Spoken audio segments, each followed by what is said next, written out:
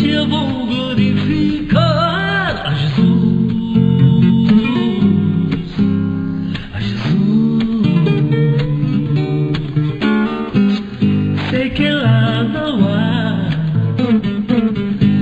Tristeza e dor,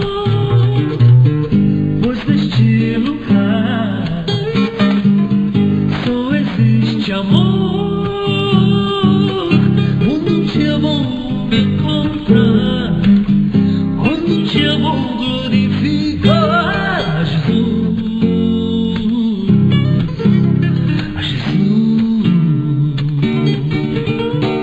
Aleluia, aleluia.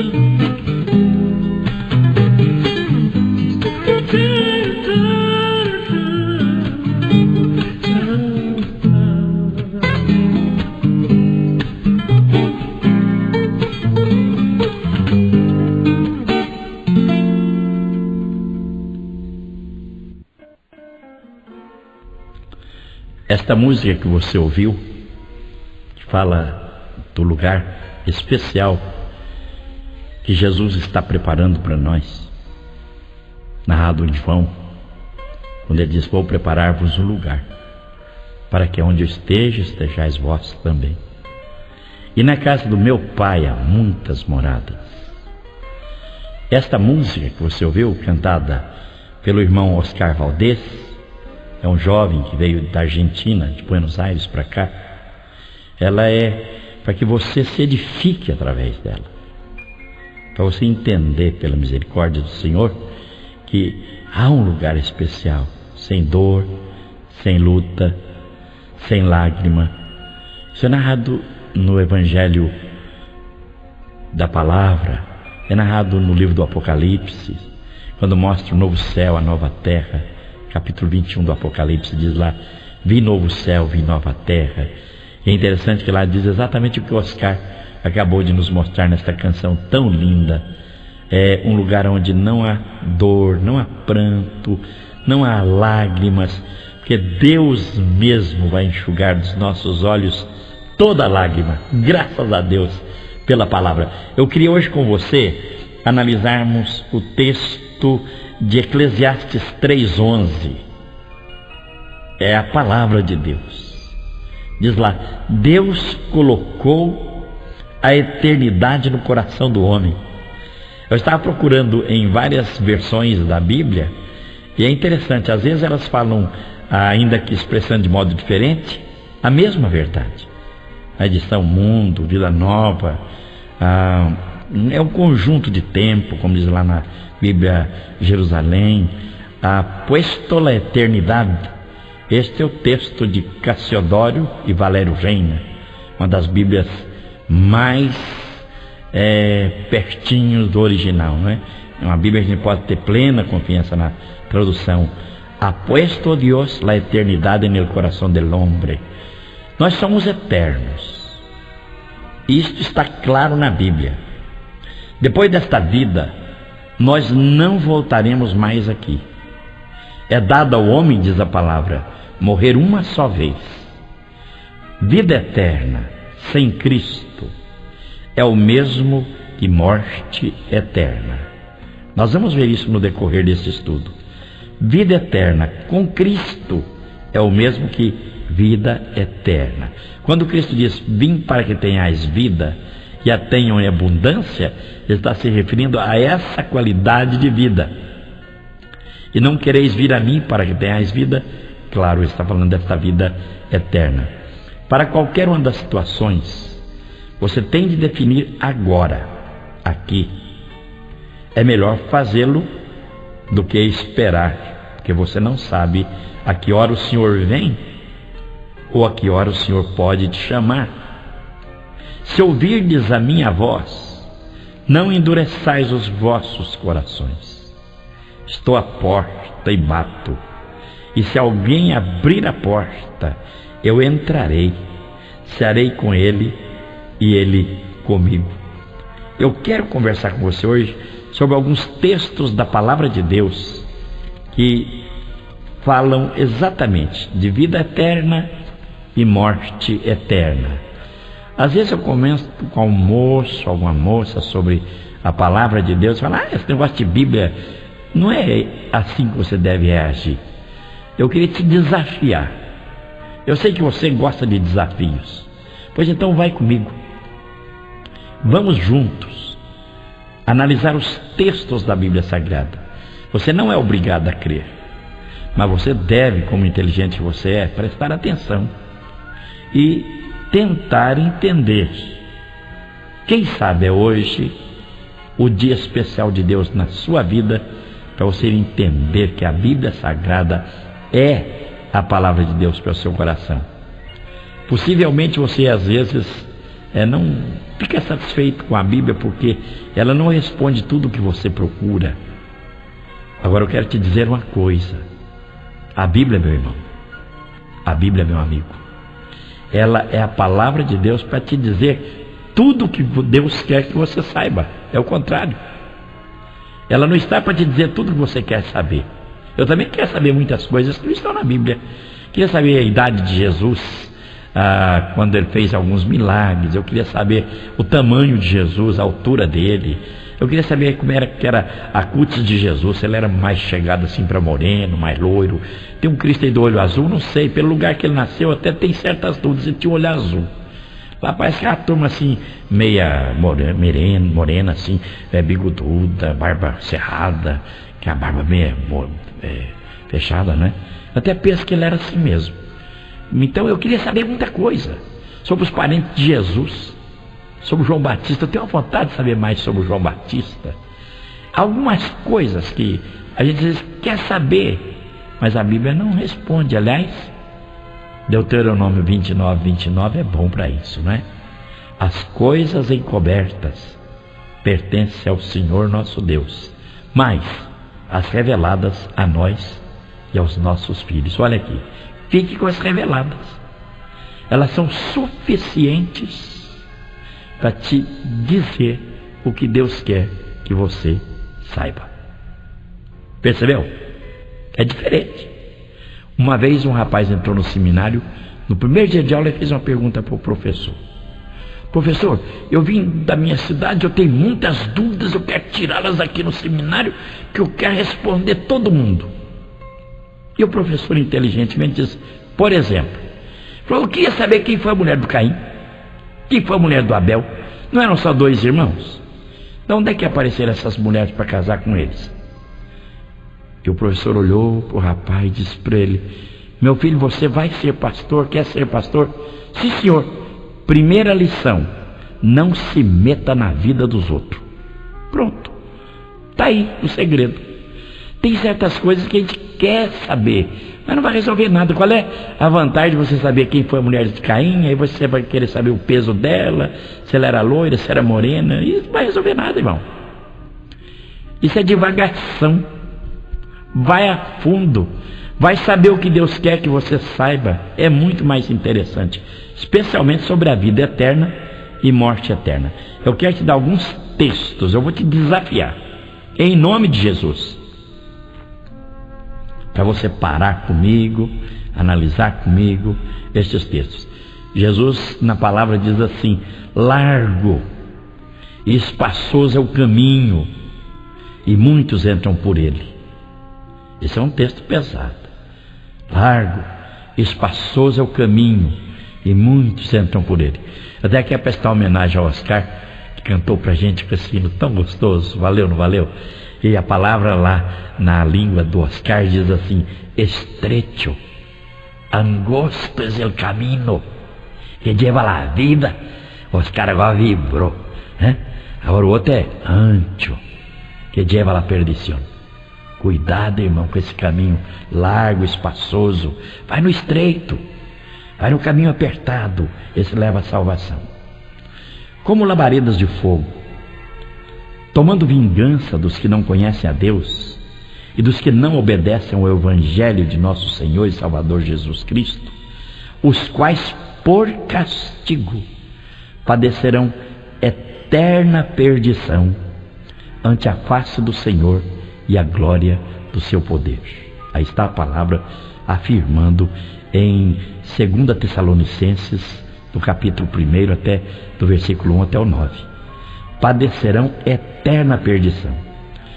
Na carta de Paulo aos Romanos, capítulo 3, 23, você vai encontrar esta expressão: porque todos pecaram e destituídos estão da glória de Deus.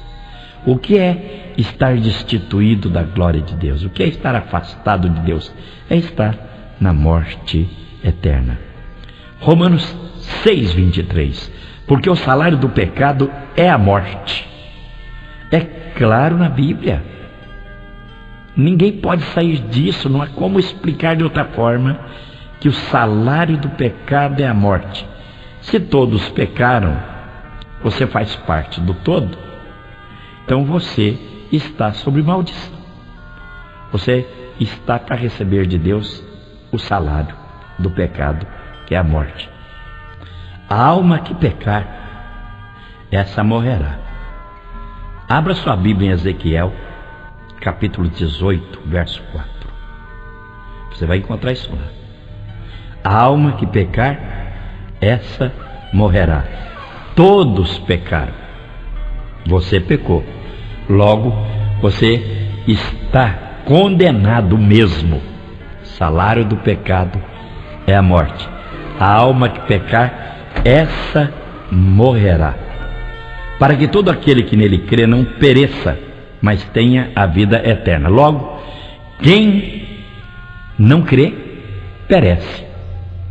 Se quem crê não perece, tem a vida eterna. Logo, quem não crê, perece e tem a vida eterna sem Jesus, que é morte eterna. Não tem saída, companheiro. Vamos ver o que diz mais ainda a palavra. Mateus 18, 8. Melhor te entrar na vida coxo ou aleijado, do que tendo 2 mãos ou 2 pés, seres lançado no fogo eterno. Já pensou? Fala de morte outra vez eterna. É uma situação delicada, e que às vezes você está vivendo completamente sem noção dessa verdade. Você está desligado, você está longe desta realidade. Você não está preocupado com morte eterna, com vida eterna. Você está vivendo aqui, não é verdade? Um dia eu estava assim nessa base também, e um professor me disse: para você, meu velho, é o laissez-faire, laissez-passer. Eu nem sabia que era. Falei: como é que é o negócio? Laissez-faire, laissez-passer. Isso é francês, meu amigo, eu aprendi mais tarde. Uma tradução assim de caipira fica assim: deixar como é que tá para ver como é que fica. Você está num vidão, despreocupado, e o tempo vai passando no relógio de Deus. E ele disse que o salário do pecado é a morte. Todos que pecaram vão morrer. Você pecou, não tem saída, amigo. Você está perdido, eternamente perdido. No livro do Apocalipse, é o último livro da Bíblia, no capítulo 21, no verso 8, veja o que está escrito: mas quanto aos tímidos, aos incrédulos, aos abomináveis, aos homicidas, aos fornicários, e aos feiticeiros, e aos idólatras, e a todos os mentirosos, a sua parte será no lago que arde com fogo e enxofre, o que é a segunda morte. Esta é a palavra de Deus. No lago que arde com fogo e enxofre, o que é a segunda morte. Se você não crê, Deus não deixa de realizar a tarefa dele por isso. O problema vai ser seu. Se o teu olho te escandalizar, arranca-o e atira-o para longe de ti.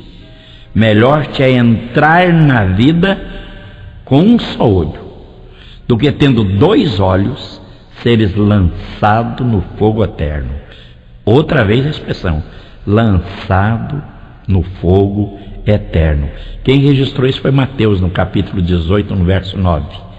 Se você volta no Velho Testamento, no Êxodo 32, versículo 33, você vai ler assim: então disse o Senhor a Moisés: aquele que pecar contra mim, este riscarei do meu livro. Isso é sério.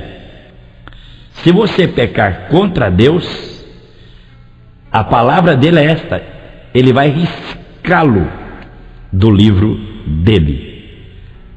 Vida eterna com Deus, ou vida eterna sem Deus. Você tem uma oferta de Deus para não perecer eternamente. Deus te dá a oportunidade de uma imperdível oferta, que é a programação que Ele fez para aqueles que aceitam a sua misericórdia em Cristo Jesus. Você então fica programado para a eternidade com Ele, o que Ele chama também de vida eterna. Vida eterna com Deus. Contaram-me que na China, numa região daquele país, há uma tradição de pessoas mais ou menos de classe média, que quando morre uma pessoa daquele grupo, eles colocam a moeda dentro do caixão ou da urna. O que acontece? A pessoa com aquela moeda, uma vez enterrada, ela tem condições, dizem eles, de continuar a viagem. Eles entendem que depois da morte física, a pessoa não morre e vai fazer uma viagem para ir para o outro lado. O que seria, na concepção desse grupo, este outro lado, senão a vida? E eles dizem melhor que esta. Então eles dizem o seguinte: você não pode pôr qualquer moeda, não importa a quantidade de moeda que você tenha para colocar lá dentro, nada disso. Você só pode colocar aquela moeda. Por quê? Porque tem um canoeiro do outro lado esperando. E ele só passa você para o outro lado com aquela moeda. Liga isso à palavra de Deus. Eu penso que tem sentido. Eles não conheceram Jesus. Esse povo é bem antes de Cristo. Mas vê se não tem sentido. A pessoa morre e continua vivendo, tá bem? A pessoa morre e vai para o outro lado. Lá do outro lado é melhor. O Oscar estava cantando aquele hino que fala que lá é melhor. Lá não tem lágrima, lá não tem dor. Esse outro lado, esse outro lugar. Agora veja você, eles dizem que só vale passar com aquela moeda. A palavra diz: sem mim nada podeis fazer. Não é verdade? E Cristo é o caminho, a verdade, a vida. Ninguém vai ao Pai, presta atenção nisso, se não for por Ele. Ninguém vai para o outro lado, dizem os chineses, se não for através do canoeiro. Isso é lindo demais, eu gosto. E só com a moeda. Você pode ter tudo na vida. Se você não possuir aquela moeda, você não passa para o outro lado. Agora veja aqui que coisa linda. Você só vai para o outro lado do sangue de Jesus. Pode ser quem for. se não estiver lavado, selado no sangue de Jesus, não passa para o outro lado. Não tem conversa, não tem intermediário, não tem nada. Eu acho essa história linda. Agora, me contaram também de um grupo de japoneses que eles colocam arroz no caixão. É porque dizem que durante a viagem a pessoa tem que se alimentar, e só com arroz, que é um produto puro. Já pensou que coisa interessante? Vamos trazer essa ideia para a Bíblia. Só no sangue de Jesus que você pode ir para o outro lado. Agora, a que mais me impressiona das três é dos egípcios. Quando algum faraó ia morrer, percebia que já estava chegando a hora, o seu tempo, que ele pegava os melhores funcionários dele e mandava cortar-lhes a língua e enterrá-los vivos na pirâmide aonde ele, faraó, seria enterrado. Por quê? Ele precisava daqueles homens do outro lado, para onde ele ia. Isso é crer na eternidade. Provérbios fala claramente, Deus colocou no coração do homem a eternidade. Tem uns aí dando uma de sábio, diz que não tem Deus, não tem vida eterna, a queimar no inferno se não mudar de ideia logo, com toda a sabedoria dele, não é? Você se lembra daquele grande filósofo que na hora da morte disse, eu parto para o desconhecido. Filósofo, matemático, músico, poeta, cientista, diz que ia partir para o outro lado sem saber como era. E o pior foi que xingou todo mundo, né? Ele disse que aqui não fica mais do que a momentânea e fugaz hipocrisia humana. Viu que desaforo? Além de ir para o inferno, ainda xingou a gente. Mas esse é problema do filósofo. Aqui diz claramente, nesta história do egípcio, que ele mandava enterrar os melhores funcionários dele, porque do outro lado ele ia precisar deles. Irmão, não adianta. Deus colocou mesmo, imprimiu no coração do homem a certeza de que ele é